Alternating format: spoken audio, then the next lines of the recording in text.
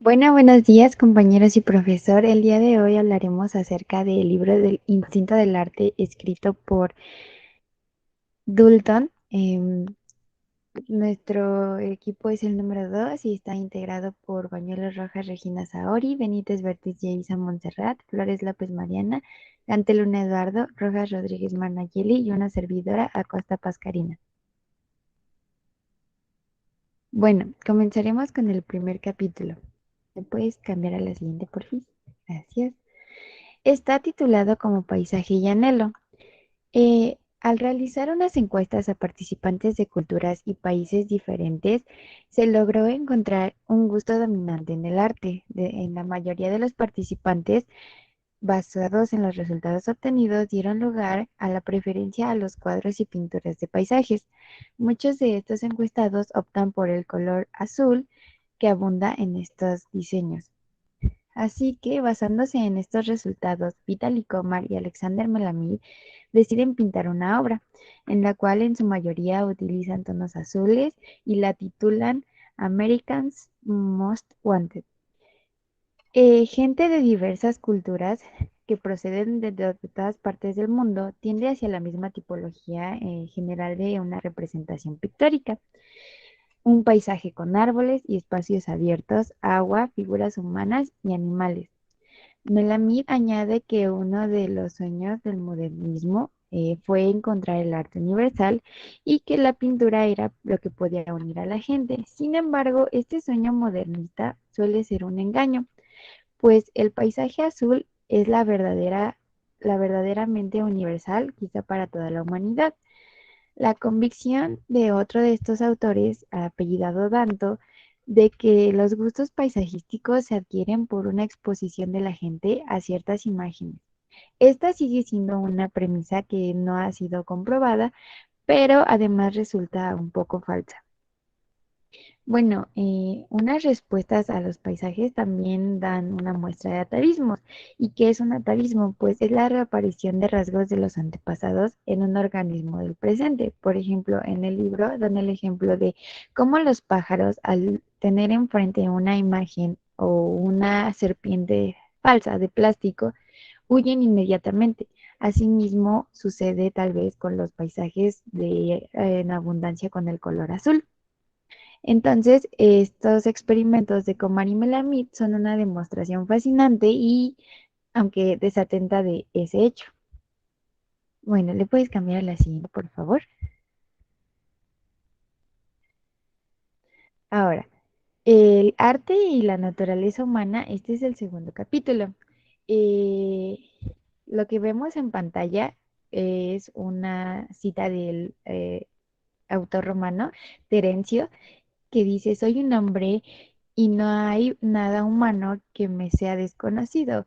Esto puede interpretarse como una fórmula para aquellos que busquen elementos universales humanos que subyacen a la amplia cacofonía de diferencias culturales a lo largo de la historia de nuestro planeta. Y bueno, a lo largo de esta historia, todas las culturas han exhibido de algún modo expresiones artísticas, aunque esto no significa que todas las sociedades posean todos los tipos de arte. Así que el hecho de que en la mayoría de los casos pueden ser fácilmente identificadas como formas artísticas en todas las culturas, se indica que estas conductas se derivan de una misma fuente natural e innata. Y esta eh, fuente se le conoce como psicología humana universal. Así que en ese sentido, la universalidad del arte se parece a una tendencia persistente en los humanos, como lo es el uso del lenguaje. Todas estas culturas comparten una estructura lingüística y las lenguas están vinculadas a ciertos intereses, deseos, necesidades y capacidades universales prelingüísticas. Así que por esta razón los idiomas y lenguas pueden ser traducidos entre sí. Ahora, en la perspectiva de Platón, uno de los filósofos más importantes, el arte siempre es una simple imitación de una imitación, ya que representa ya sea en la pintura, escultura, la dramaturgia, la poesía o la prosa, el mundo físico, que representa en sí mismo una imitación de las formas eternas. Entonces, por lo tanto, El arte es sistemáticamente engañoso ya que presenta una perspectiva atractiva y entretenida de la realidad que deja en la mayoría de las ocasiones a las personas como mínimo confundidas sobre la naturaleza de la realidad y bueno, en el peor de los casos, las degrada a nivel moral. Sin embargo, para Aristóteles, una investigación cultural implica de forma inevitable una tensión entre nomos, que significa la ley, y physis, el mundo natural, que incluye a los seres humanos con su peculiar naturaleza psicológica humana. Bueno, en esta psicología humana universal, la imitación es un componente natural del desarrollo cultural de los individuos. Y bueno, cuando Aristóteles se refiere a la naturaleza psicológica humana, esto quiere decir que se refiere a una generalización intencionada entre culturas. Así que, de acuerdo a su mentalidad, cabe esperar que las sociedades independientes de diversas partes de todo el mundo inventen expresiones artísticas más o menos parecidas. Los seres humanos disponen de una naturaleza estable intelectual, imaginativa y emocional, lo cual es un rasgo universal entre distintas culturas. Hume, otro filósofo importante o otro autor importante de esto, se cree que una naturaleza humana estable significa que existen criterios estéticos objetivos a disposición de la crítica. Y bueno, en este libro se nos da otra definición de naturaleza humana que es red dotada genéticamente de necesidades, deseos, capacidades, preferencias, impulsos sobre los que se construye la cultura. Otro autor, Carroll, nos recuerda en una frase que la naturaleza humana cuenta con un apoyo en la etnografía intercultural, y este lo cita así. Forma parte de la naturaleza humana llorar la pérdida de los seres queridos y sentir una gran desilusión ante el fracaso o la derrota, sentir vergüenza ante una humillación pública, gozar con el triunfo sobre tus enemigos y enorgullecerse de resolver problemas, superar obstáculos y lograr objetivos. Forma parte de la naturaleza humana tener a menudo impulsos contrarios y sentir desafecto incluso en medio de un gran éxito. Bueno, este relato de la naturaleza humana está orientado hacia la intensidad y la complejidad de la vida social. Y este elemento es muy útil, es un complemento a perspectivas de la psicología evolutiva, que pues hacen un hincapié en la supervivencia física.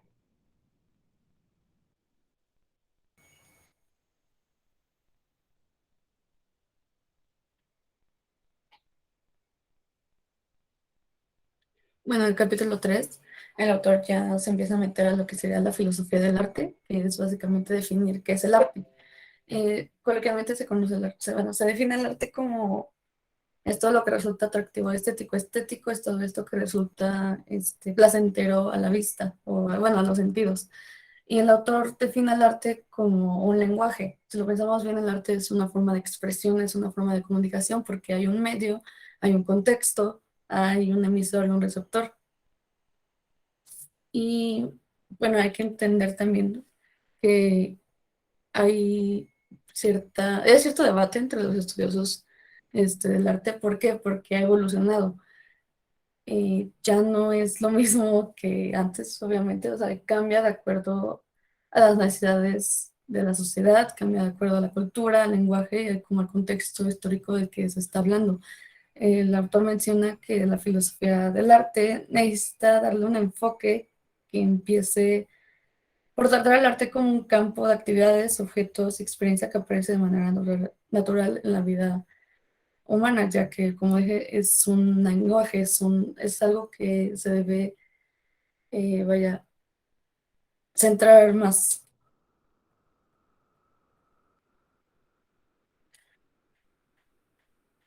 Te mencionan ciertos criterios del arte, en total son 12, pero me voy a mencionar 8 que son los más importantes que menciona el autor. Primero, el placer que nos genera la obra de arte, la habilidad y virtuosismo, que esto es algo que caracteriza al artista, ya que no cualquiera puede crear una obra de arte, el estilo, que es parte como de la individualidad, eh, la creatividad y novedad, La crítica, que eso se hace por una audiencia profesional, la identidad expresiva, que son como las opiniones divididas, tanto del artista como del público, la experiencia imaginativa, que es lo que evoca, y la representación de lo que estamos viendo en la obra. Ya puede ser, la representación puede ser ya sea un contexto, un evento, una persona, pues una emoción incluso.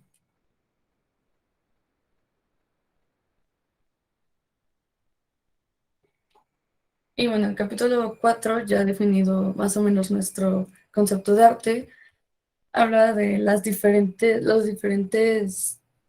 definiciones que se le da al arte en las diferentes culturas. El autor critica la tendencia de Occidente de otorgar como más valor a las tradiciones del arte mayor que a las tradiciones artesanales, lo cual pues como que difiere mucho del autor, porque es importante aprender arte, entre comillas, primitivo, o sea, pues arte de lo que eran nuestras antiguas culturas, de nuestros ancestros para entender el arte actual. Este, y se menciona mucho lo del relativismo cultural, que el punto es que hay conceptos similares entre culturas, como es el caso de los dragones, que se presentan en demasiadas culturas, y el punto es ese, cada cultura lo representa de una manera diferente.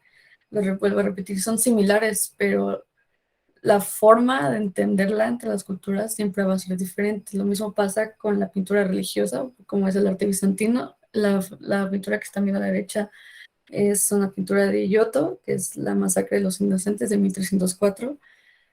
Lo mismo pasa, o sea, la masacre de los inocentes la representan de muchas formas, pero el punto es de que cada quien la entiende pues diferente.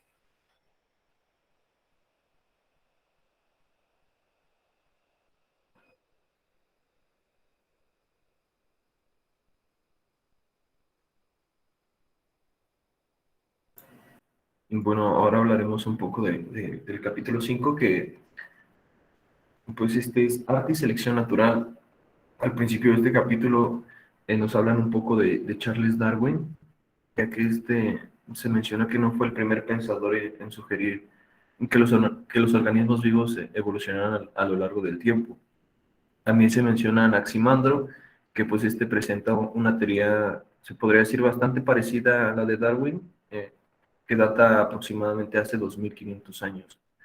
Este concepto era ampliamente aceptado en esos tiempos de Darwin, ya que Darwin descubrió pues un proceso puramente físico donde se podían generar organismos biológicos que funcionan como si hubieran sido, se podría decir, diseñados de manera consciente, ya que pues en esos días pues las creaciones biológicas eran como que buscaban la necesidad o la intención, una explicación de la intención divina, o sea, para explicar como algunos rasgos de este mundo natural.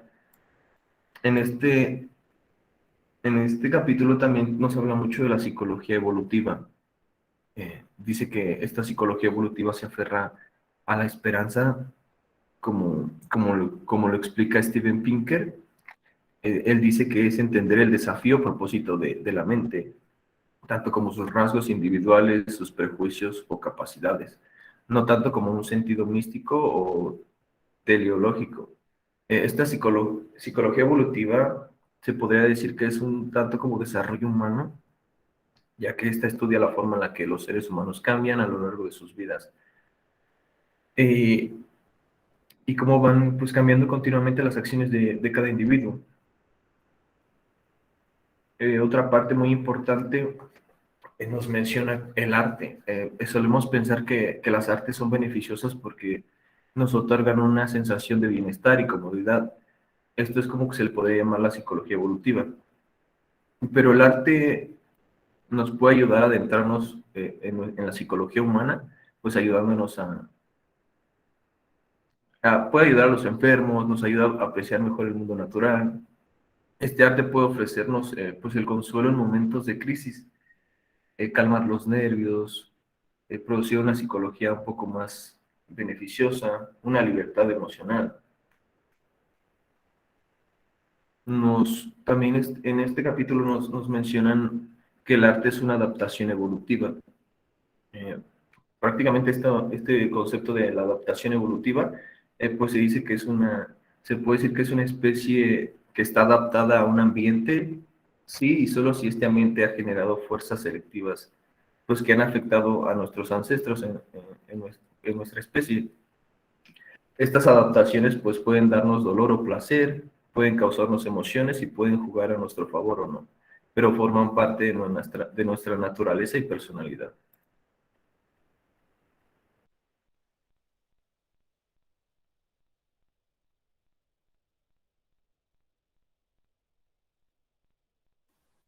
Bueno, en el sexto capítulo habla sobre los usos de la ficción. En la primera parte dice que el arte puede quedar personificado como objetos físicos, pero en el sentido estricto de los objetos de la experiencia estética, el arte ocurre en la mente humana. La vida y el mundo no tendrían sentido para nosotros si la experiencia fuera ficticia de la misma manera que es el arte. Nosotros necesitamos entender lo que es real y lo que es ficción para saber lo que es una amenaza real y cuando esa amenaza es una fantasía. En la crítica del juicio de 1790 de Immanuel Kant, de todos los conceptos fundamentales que él planteó, el único que cuajó es la idea del desinterés, y lo contrario al desinterés es cuando nos interesa la existencia de un objeto de experiencia, en especial cuando se satisface nuestro deseo personal. En el caso de un objeto hermoso que esté sujeto a la contemplación desinteresada, se dice que el tema de una obra no tiene por qué haber existido. Cuando apreciamos a lo bello, respondemos solo a lo que él denomina como la presentación del objeto, es decir, a cómo no lo imaginamos. También dice que la experiencia de la belleza podría definirse como la existencia queda en suspenso. Kant decía que un suspenso de interés en la existencia de un objeto era un requisito fundamental para incitar una respuesta imaginativa del arte. En cambio, Toby y Cosmides, que son los de la foto, son unos psicólogos evolucionistas que argumentaban que la imaginación es fundamental para nuestra humanidad y que queda integrada en nuestra naturaleza mediante la evolución. Eso comprueba el hecho de que los mundos imaginados de ficción sean un hecho universal entre culturas, indica que la creación de la ficción es una adaptación evolutiva. El siguiente, por favor.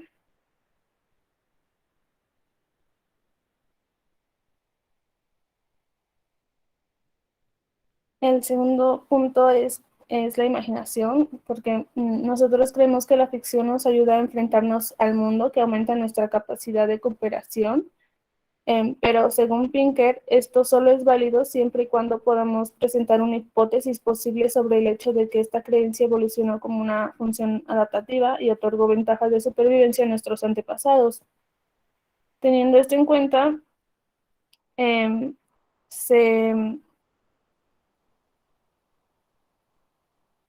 em, bueno, desarrolló tres ventajas adaptativas que podrían explicar la importancia. Que la primera es la historias que ofrecen.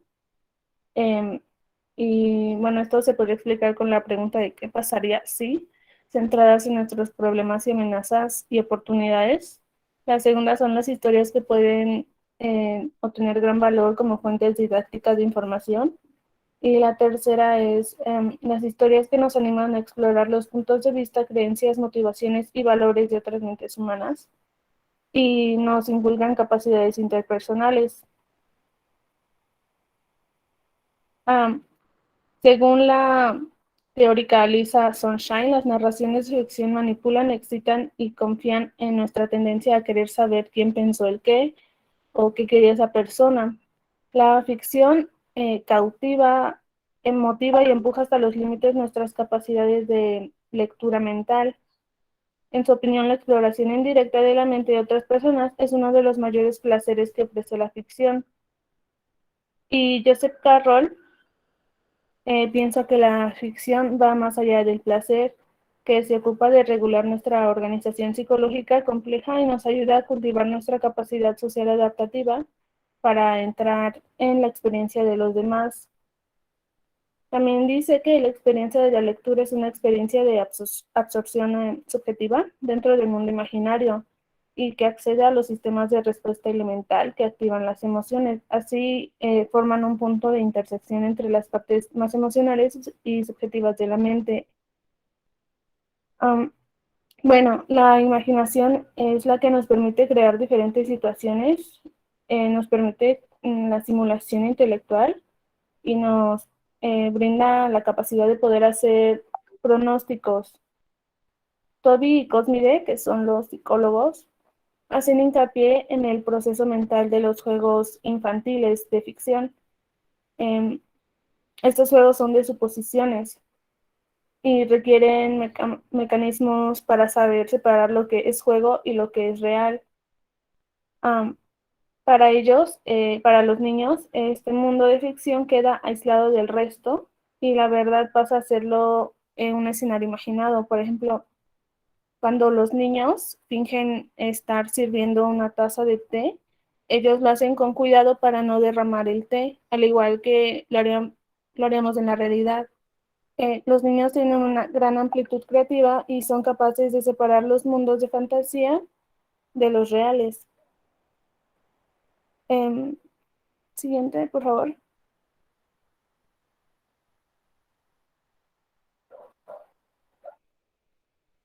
Bueno, Aristóteles identificó la trama como la estructura de incidentes de una historia. Alegó que de todos los elementos de la dramaturgia, la trama era la más importante.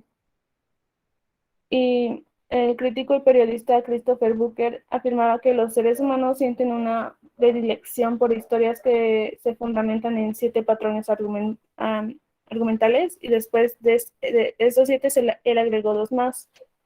Estos patrones son vencer al monstruo, que es cuando se narra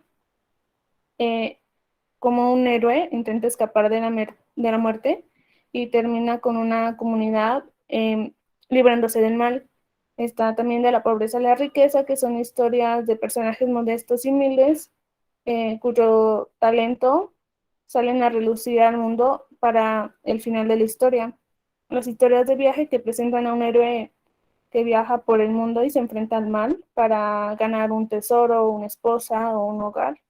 El viaje de ida y vuelta es como Alicia en el País de las Maravillas, donde el protagonista abandona la experiencia mundana para entrar a un mundo distinto y para el final de la historia el protagonista tiene que volver. También está la tragedia, la comedia, las historias de renacimiento que se centran más en personajes como el señor Scrooge o Blancanieves. Está la rebelión y el misterio. Bueno, los eventos y la motivación. Los eventos dentro de la ficción pueden ser fortuitos, pero las acciones deben ser motivadas, producidas por la casualidad de la intención humana. Todo lo que hace cualquier otro personaje de ficción debe ser por un motivo. La motivación del personaje implica la expresión de la voluntad, que por lo general se dirige hacia la consecución de un deseo.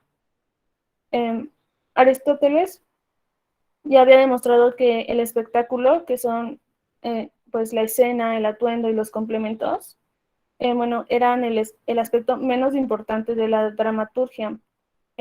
Como dije antes, para él lo más importante es la trama, porque las buenas historias atraen nuestra atención, al igual que los buenos narradores. Siguiente, por favor.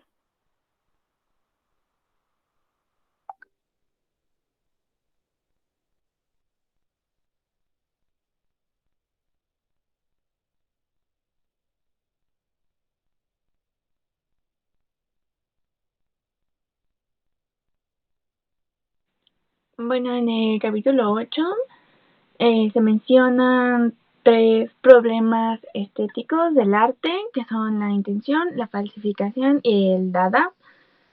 Que bueno, el intencionalismo, perdón, es una teoría que se refiere a la intención del autor, que determina el significado de cierta obra y la interpretación de la misma. Es muy común que se piense que los artistas tienen un propósito o una intención determinada al momento de crear su obra. se espera que se comprendan estas obras para poder entender al artista. Se cree que el artista siempre trata de comunicar algo mediante su obra y que ésta tendrá siempre un significado, aunque realmente al ver una obra no podemos saber si realmente tiene un significado, ¿no? Tampoco conocemos las intenciones del autor, así que no podemos juzgar el valor de la misma así como así. La intención del autor jamás será visible para el público, por lo cual nunca estaremos seguros de lo que éste piensa. Ese es básicamente el intencionalismo y lo que se menciona en el libro. Bueno, la falsificación se entiende como fabricar algo falso o la modificación de algo original. En nuestra sociedad se tiende a rechazar la falsificación de cualquier obra que ha sido admirada por muchos, aunque sea muy parecida al original. Según Meyer, es imposible separar nuestros valores estéticos de los culturales. O sea, que para nosotros es difícil dejar de lado algo cuando tenemos cierta información acerca de esto mismo. O sea, sabemos que una obra es falsificada, así que no podemos simplemente dejarlo de lado, ¿no? Este autor piensa que si nuestra cultura no le diera tanta importancia a la originalidad, aceptaríamos fácilmente la falsificación como si fuera una práctica normal. Y el Dada es un concepto un poco difícil de entender, pero se refiere al movimiento de contradicción, aunque al mismo tiempo es nada. Los autores de esto dicen que no tiene principios porque por lo mismo no es nada. Y en este libro podemos ver que se puede tratar de una obra cualquiera, sin nada en especial. Sin embargo, cuando ésta recibe una firma del autor o artista que creó esta obra, automáticamente adquiere un valor especial.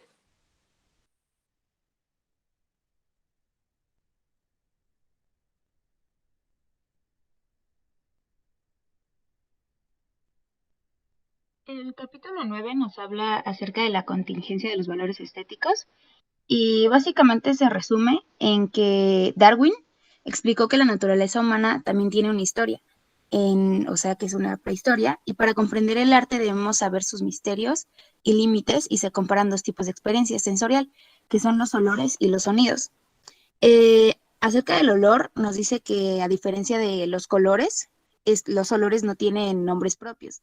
Siempre los identificamos en función del sujeto o a lo que huelen, por ejemplo, no sé, a la flor, al pan, a vainilla, etc. Entonces todo el mundo relaciona el olor determinado con otras experiencias o sentimientos, pero pues los olores no albergan. Y a pesar de la experimentación artística y de las esperanzas académicas de los teóricos, el olor no muestra señales importantes de convertirse en un fundamento de una elevada tradición artística. Y acerca del sonido, nos habla que la música se convirtió en una de las formas de artes que es suprema y es universal en todas las culturas a lo largo de la historia. Darwin hace hincapié en la relación que existe entre la música y la emoción, porque la música despierta en nosotros varias emociones y invoca sentimientos amables de ternura y amor que desembocan en una devoción.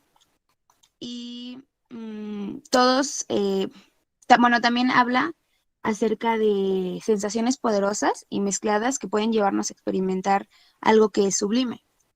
Y la segunda apreciación de Darwin es el vínculo ancestral entre la música con el lenguaje. Y ya. ¿Le puedes pasar a la siguiente, por favor? El último capítulo, que es el 10, es la grandeza de las artes.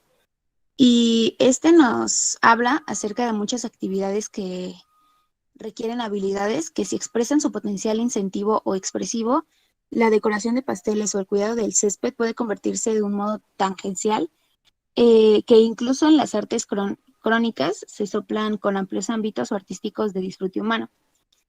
Nos habla también acerca de 3 felices llanuras estéticas y de las arenas movedizas intelectuales que los rodean. La primera es que las artes no son esencialmente sociales, porque la música y la danza parece que refuerzan la empatía, la cooperación y la solidaridad social.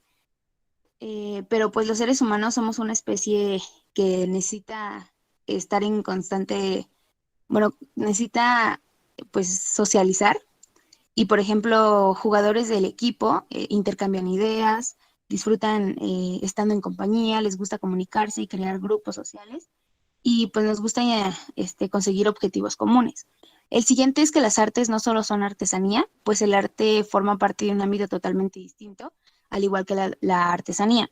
Y el arte requiere del ejercicio de técnica y habilidad, pero pues a veces el artista no dispone de nada parecido al conocimiento preciso y previo de un artesano. El siguiente nos habla acerca de las artes que no son esencia ni... Bueno, ya lo vamos a dejar hasta ahí. Muchas gracias por su atención y esperamos que les haya gustado.